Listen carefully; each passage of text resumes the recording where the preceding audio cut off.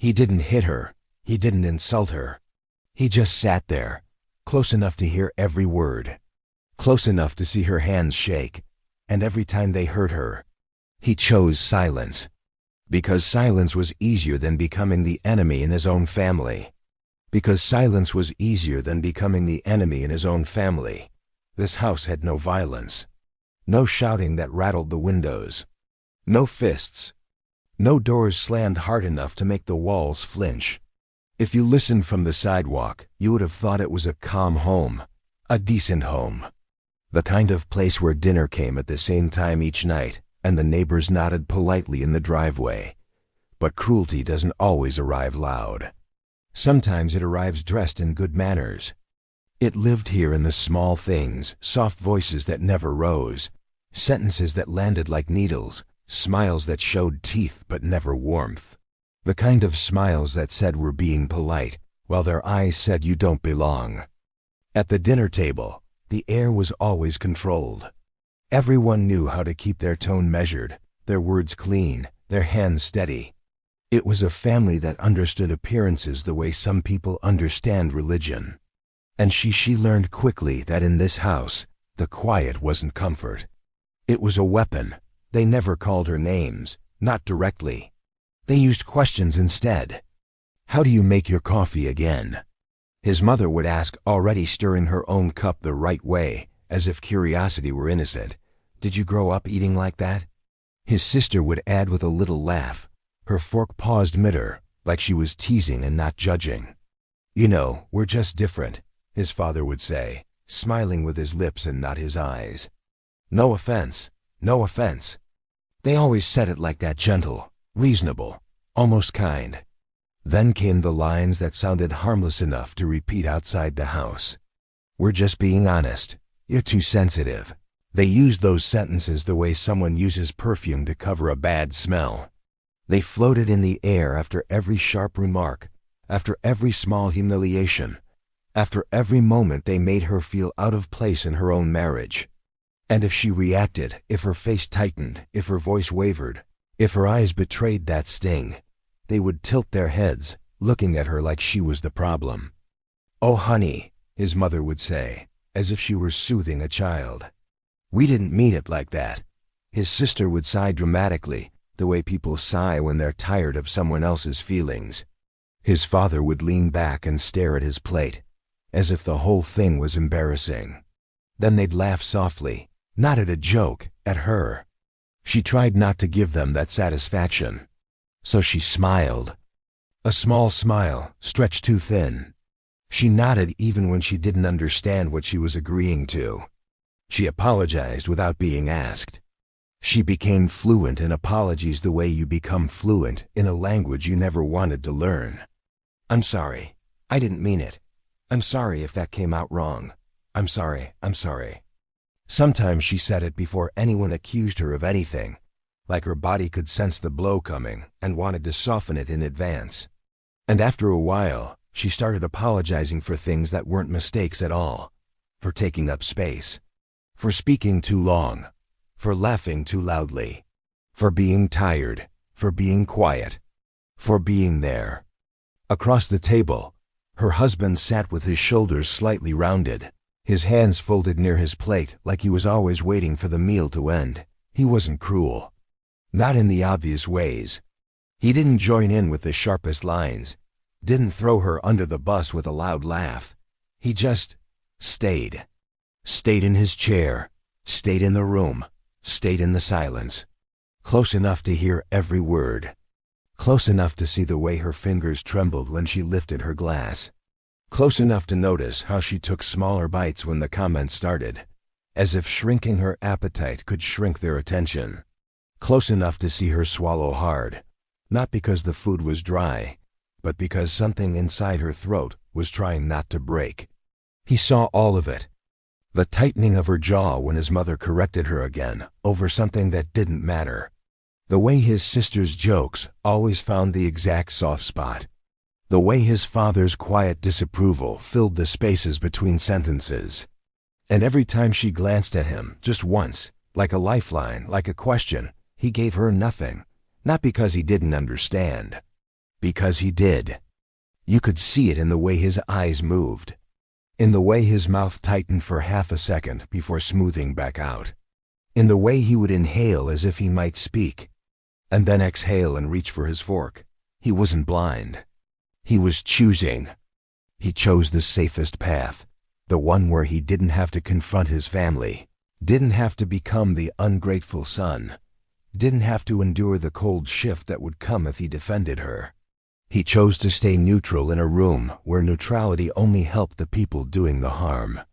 Sometimes after dinner, when they were alone, she would stand at the sink washing dishes with water too hot for her hands. The steam would rise and blur her face in the window reflection. He would come up behind her and wrap his arms around her waist, gentle, almost careful. "You okay?" He'd ask softly, like he was offering comfort without acknowledging what needed comforting. And she, tired, cautious, ashamed of her own hurt, would nod. "Yeah," she'd say. "I'm fine," because in that house, even pain learned to speak politely. Even suffering learned not to raise its voice, and he would accept her answer like a gift, like relief, like proof that his method was working. Because to him, the absence of an argument meant everything was under control. If she didn't cry in front of them, if she didn't fight back, if she didn't demand he choose her, then maybe the problem wasn't real. Maybe it was temporary. Maybe she would adjust. He told himself silence was maturity. He told himself he was keeping the peace. He told himself that staying out of it made him a good husband. He believed silence meant peace. He began convincing himself long before he ever tried to convince anyone else. Not all at once. Not in some dramatic moment of moral collapse. It happened quietly, patiently, the way people talk themselves into small betrayals that don't feel like betrayals at the time. They're just words, he told himself. He repeated it the way people repeat facts they want to become true. Words weren't bruises. Words didn't leave marks on the skin. Words didn't show up in photographs or hospital reports. Compared to real violence, real cruelty, this felt minor, manageable. Everyone says things they don't mean, he thought. Families tease, that's normal. And if she looked hurt, if her voice sounded thinner than usual, he told himself that wasn't evidence of harm. It was evidence of sensitivity. She's not used to us yet, he decided. She adjusts. That sentence became a kind of promise he leaned on. Adjustment meant time would solve what he didn't want to touch. Adjustment meant he could wait. And waiting meant he didn't have to choose, because choosing meant consequences. If he spoke up, there would be looks. If he spoke up, there would be tension. If he spoke up, his mother's face would tighten in that quiet, wounded way she'd perfected over decades. His sister would roll her eyes. His father would grow cold and distant, disappointed in a way that lingered far longer than anger ever did. If he spoke up, he would become the problem. So he told himself the last, most convincing lie of all. If I speak up, things will get worse. He imagined raised voices, awkward holidays, long silences where love used to sit comfortably. He imagined himself being pulled aside, told he was changing, told he was choosing her over them, and he wasn't ready for that. He didn't see his silence as cowardice. He saw it as strategy, as balance, as maturity. He wasn't siding with anyone, he was staying neutral. Staying reasonable. Staying above the mess. That's what he called it, neutral. In his mind, neutrality sounded noble, it sounded fair. It sounded like wisdom earned through restraint. He told himself that adults didn't rush into conflict. Adults understood that families were complicated. Adults knew when to let things pass. He told himself that loving someone didn't always mean defending them. Sometimes it meant staying calm, staying quiet, staying out of the way. And every time he thought this, a small, uncomfortable truth tried to surface, quiet but persistent. That neutrality only worked if you weren't the one being hurt. He ignored that part. Instead, he focused on what silence gave him. Silence kept his role intact. He remained the good son, the reasonable one, the man who didn't rock the boat, the one his parents could point to and say, "See, He understands us. Silence kept dinner civil. It kept the family rhythm predictable.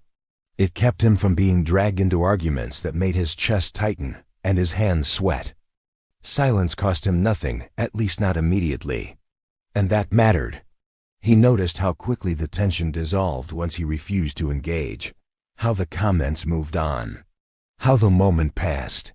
He mistook the end of confrontation for the end of harm. He didn't notice, or chose not to notice, that the harm didn't disappear. It only changed direction. When she stopped reacting, he felt relief instead of concern. When she smiled through discomfort, he mistook it for growth. When she grew quieter, he called it maturity. See, he told himself, she's learning how we are. He didn't ask what it was costing her to learn that lesson. Sometimes late at night, when the house was dark and still, a flicker of doubt would surface. He would replay a comment in his head, see her face again, remember the way her shoulders tensed. For a moment, the word neutral would feel thin, insufficient, but then he would remind himself of the alternative: conflict, distance, being the son who chose a wife over his family. He told himself that choosing no side was the only way to keep everyone together. What he didn't admit even to himself was that everyone did not include her equally. Neutrality in that house wasn't the absence of choice. It was a choice that favored the people with power, and deep down he knew it. He just decided it was easier not to say it out loud. He didn't protect her. He protected his position. She changed in ways no one could accuse her of. Not the kind of change that starts fights or breaks plates, or forces a conversation. Nothing loud. Nothing dramatic. Just less. Less voice. Less laughter. Less presence. At dinner, she spoke only when spoken to, and even then her words came out small, measured, careful, like she was testing each syllable for sharp edges before she released it into the room. She stopped offering stories from her day, stopped asking questions that could be turned against her, stopped filling silence, because in that house, silence wasn't empty. It was a trap. She began eating quickly, too quick enough to finish before the comments warmed up, quick enough to excuse herself while she still had control of her face. She learned the exact pace that kept her from looking rude, but didn't leave her sitting there longer than necessary. She took smaller portions, not because she wasn't hungry, but because hunger was safer than attention. She avoided eye contact the way you avoid bright lights after living in the dark too long. Eye contact invited participation. Participation invited judgment. Judgment invited those soft, smiling sentences that cut without leaving blood. So she lowered her gaze. She looked at her plate. She stared at the napkin. She found reasons to stand, refill water, clear dishes, check the stove, anything that let her move without calling it escape. And she started leaving the room early. Always early. Not abruptly. Not like someone storming out. No. She did it politely, carefully, like she was requesting permission to stop existing. "I'm just tired," she would say, with that thin smile. Tired became her excuse for everything. Tired explained why she didn't talk much. Tired explained why she stopped joining them on weekends. Tired explained why she disappeared into the bedroom while laughter continued in the living room without her. Tired was the safest word she had. Because it sounded normal. It didn't accuse anyone. It didn't demand change. It didn't force her husband to choose between comfort and truth. And slowly, without realizing it at first, she learned the rules of survival in that house. Silence gets you noticed less. No reaction makes you a smaller target. If she didn't flinch, they lost interest sooner. If she didn't defend herself, they ran out of material faster. If she didn't speak, they couldn't twist her words into something ugly. She began to treat herself like a glass object, fragile, quiet, something to be moved carefully through the room so no one would complain it was in the way. The tragedy was that it worked. Not in the way she wanted, but in the way pain often works when it's forced to become efficient. The comments didn't stop, but they changed. They became shorter, sharper, casual. They came and went like little slaps you learn to absorb without showing it. And her husband saw this change and mistook it for progress. He saw her speaking less and assumed she was settling in. He saw her leaving early and told himself she was avoiding drama. He saw her lowered gaze and thought maybe she had finally learned how his family was. He never asked what it cost her to learn. At night, when the house went quiet, the weight of the day didn't disappear. It just finally had somewhere to land. She would wait until he fell asleep, until his breathing deepened, until the bed dipped with the full trust of someone who believed everything was fine, and then she would slip out of the room like a thief. The bathroom light was always too bright at that hour. It made her look pale, almost unfamiliar. The mirror showed a version of her face that didn't know how to smile anymore. Her eyes would look tired in a way that sleep couldn't fix. She would turn on the faucet, just enough to cover sound. Then she would cry, not loudly. Never loudly. She cried the way people cry when they've been trained to feel ashamed of needing anything. She pressed a hand over her mouth, bit down on her own knuckles, let tears fall silently while her body shook with the effort of making no noise. Sometimes she would sink to the cold tile floor, her back against the cabinet, her knees pulled to her chest like she was trying to fold herself into something smaller than pain could find. She cried for what they said. But more than that, she cried for what no one said back. Because the worst part of that house wasn't the comments. It was the confirmation. Every night, she replayed the same moment in her head. The dinner table, the soft voices, the harmless insults, the polite smiles, and her husband's face, his eyes dropping, his jaw tightening, his hands steady as if nothing was happening. She didn't need him to scream. She didn't need him to rage. She needed one sentence. One. Something simple. Stop. That's enough. Don't speak to her like that. She needed proof that she wasn't alone in her own marriage. But the proof never came. And the longer it didn't come, the more her brain began to do what brains do when they're trapped. It started rewriting reality to protect itself. Maybe she really was too sensitive. Maybe she really didn't belong. Maybe she really was the problem. Her world narrowed. Her confidence thinned. She started double-checking everything: her tone, her clothes, her cooking, her laughter, because if she could just do it perfectly, maybe they would stop. But perfection only made them sharper. They didn't want her to improve. They wanted her to shrink. And she did. Night after night. Until one evening, the sound betrayed her. It wasn't a scream. It wasn't even a sob. Just a small, strangled gasp that slipped past her hand when the grief hit too hard all at once. In the hallway, outside the bathroom door, her husband froze. He was half awake, barefoot, standing in the dim light like someone who had wandered into a nightmare he didn't want to acknowledge. He heard the faucet, heard the soft choking sound, heard the silence between each breath, where she fought herself into quiet again. He knew exactly what it meant. For a moment, his hand lifted, hovering near the door. He could have knocked. He could have opened it. He could have said her name. He could have crossed that thin line between comfort and responsibility. And she, inside the bathroom, held her breath, waiting, not for rescue, just for recognition. But he didn't knock. He stood there long enough to make the moment real, then turned away, as if by leaving he could make it less true. He walked back to the bedroom, back to the safe darkness, back to the life where his hands stayed clean. And as he lay down, staring at the ceiling, he offered himself the same familiar promise, soft, convincing, painless. He told himself, tomorrow will be better. It was an ordinary dinner. Nothing about it warned anyone that something irreversible was about to happen. The table was set the same way it always was. Plates aligned, glasses filled. The familiar clink of cutlery against ceramic filled the room like background noise, steady, forgettable, safe. The kind of evening that disappears from memory the moment it ends. The food tasted fine. The lighting was warm. Someone talked about work. Someone else mentioned a neighbor, normal. Then his mother spoke, her voice light, almost amused, as if she were commenting on the weather. At least my son could have married better. She didn't raise her voice.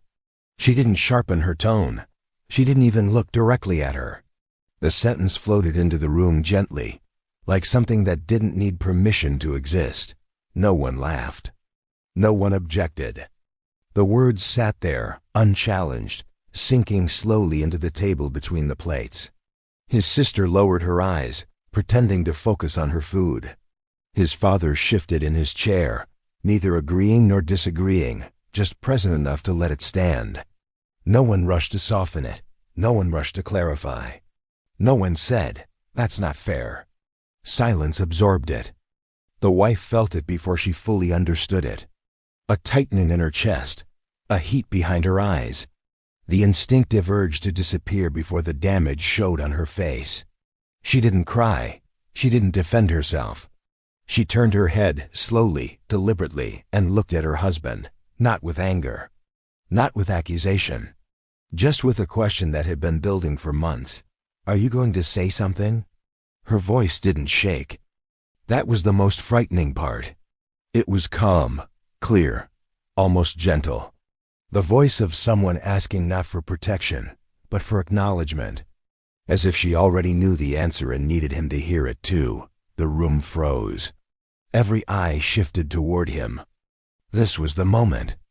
The line in the story where things either changed or calcified forever. He felt it immediately, the pressure, the expectation, the sharp clarity of a decision that could no longer be postponed. His heart started to pound. He could feel his mother's presence beside him, steady and familiar. He could imagine her reaction if he spoke, the wounded look, the quiet disappointment, the way she would say later that she never expected this from him.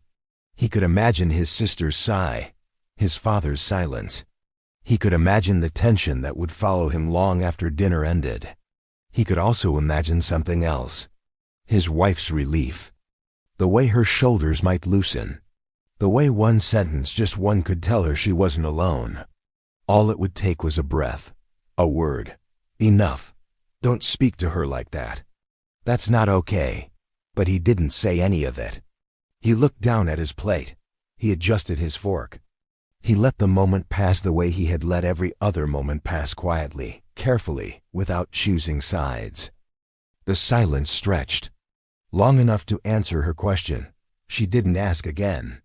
She nodded once, almost imperceptibly, as if confirming something she had already suspected.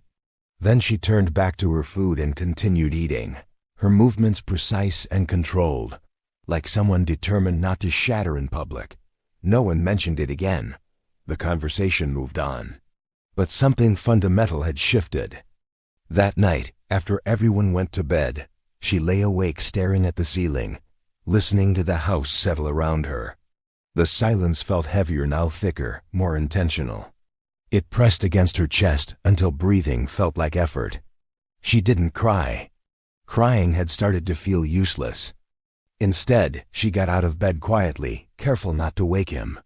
She moved through the house with practiced silence, each step measured, each breath controlled. In the bathroom, she closed the door and locked it. The mirror reflected a woman she barely recognized, someone small, someone tired, someone who had just learned, with painful certainty, where she stood. Her hands shook, not because she wanted to die, because she wanted the pain to make sense. She needed something real, something undeniable, something she could feel without interpretation, without excuses, without polite explanations. So she hurt herself. Not deeply, not fatally, just enough to remind herself she still existed. Just enough to pull the chaos inside her into one sharp, focused point she could understand.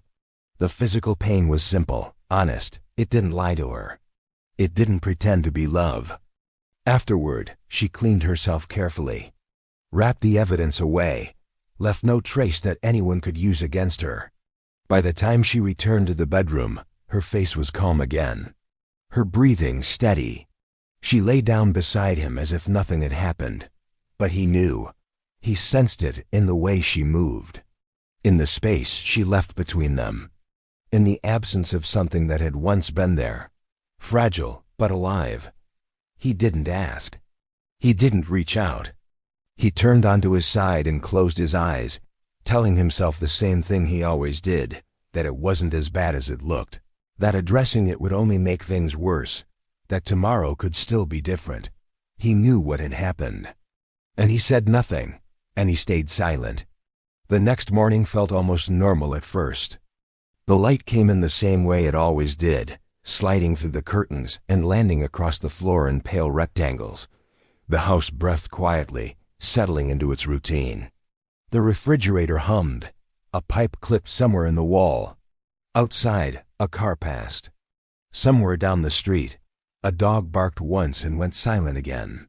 He got out of bed expecting to hear her. A cupboard opening, water running. The soft, practical sounds of someone trying to make herself useful before anyone could accuse her of taking up space. But there was nothing. No footsteps. No movement. No quiet clatter in the kitchen. He walked down the hall, still half asleep, rubbing his eyes, his mind not ready to accept what his body already sensed. He paused at the bathroom door. It was open, empty. In the kitchen, the counters were clean, too clean.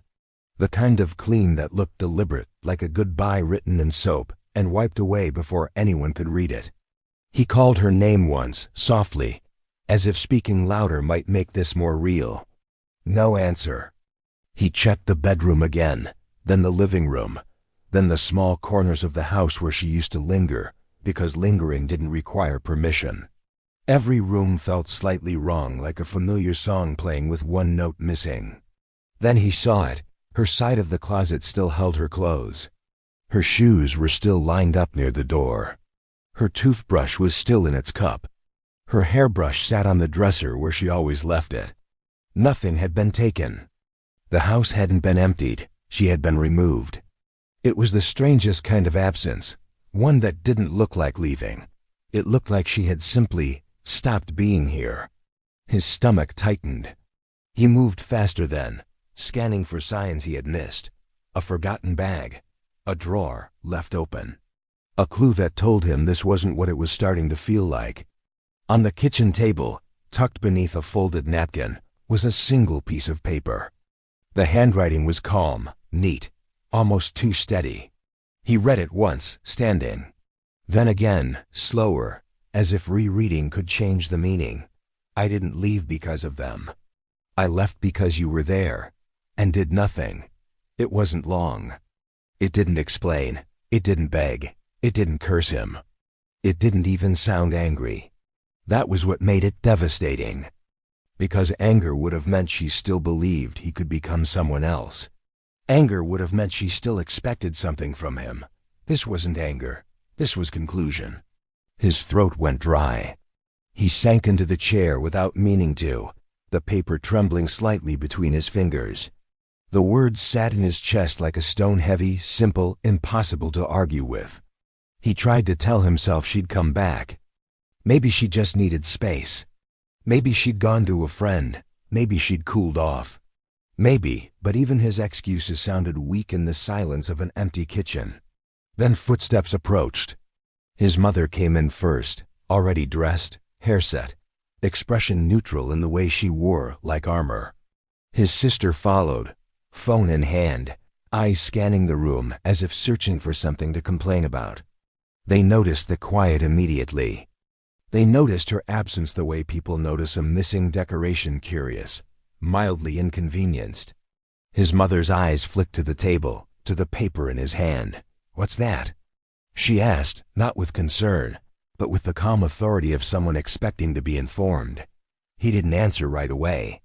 He couldn't. His sister took one step closer, craning her neck, then scoffed before she even read it fully. "Oh my God," she muttered. "She's really doing this?" His mother's mouth tightened slightly, not in guilt. In irritation, like a plan had been disrupted. She was always dramatic, his mother said, her voice smooth and measured, as if she were stating a fact everyone already knew. Some women don't know how to handle real family. His father appeared in the doorway, silent as ever, eyes taking in the scene with that detached look of someone who preferred not to get involved, as if neutrality had been inherited like a family trait. His sister crossed her arms. She couldn't handle reality, she said, and laughed softly, not a laugh of joy, but the kind of laugh people use to make cruelty sound reasonable. She wanted a fairy tale. His mother nodded, satisfied with the explanation, already rewriting the story so their hands stayed clean. Don't chase her, she added, as if she were offering advice. Let her calm down. She'll come back when she's done being childish. He stared at the paper. He felt something rising in him. Not anger exactly, something sharper. Something that finally had nowhere to hide. He could have spoken then. He could have said stop. He could have said you did this. He could have said you're wrong. His mouth opened slightly and closed again. The habit was too deep. The fear of becoming the enemy in his own family still sat in his chest like a lock. So he did what he always did. He said nothing. He didn't defend her. He didn't correct them. He didn't even challenge the way they dismissed her pain as a personality flaw. He sat there, holding her note, letting his family's voices fill the space where she used to be. And when they finally left the room, when the conversation moved on to something trivial, something easy, the house fell into a silence so complete it felt physical. Not the normal quiet of morning. A different kind of quiet. A quiet with weight. For the first time, the house was truly quiet. Years passed. Not in the dramatic way people imagine when they think of loss. No single moment that announced the passage of time. No sharp break between before and after.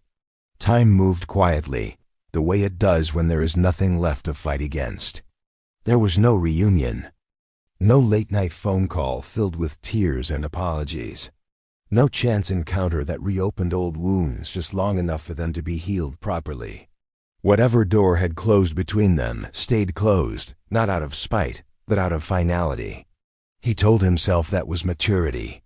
He learned how to live alone in the house he had once believed was worth protecting at any cost.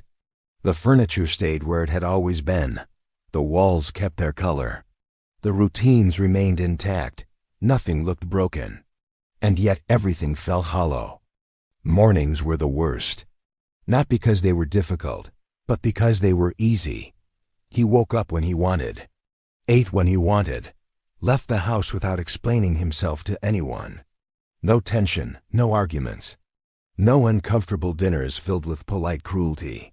It was exactly the kind of peace he had once defended. The silence never challenged him. It never demanded anything. It never asked him to choose. It simply existed wide, empty, obedient. At first, he enjoyed it. He told himself this was what adulthood looked like. Calm, control, independence. He told himself that relationships were complicated, that some things couldn't be saved, that not all endings needed closure. But peace, when it lasts too long, begins to reveal its true nature. There was no laughter in the house anymore, not even forced laughter, not even the kind meant to smooth over discomfort.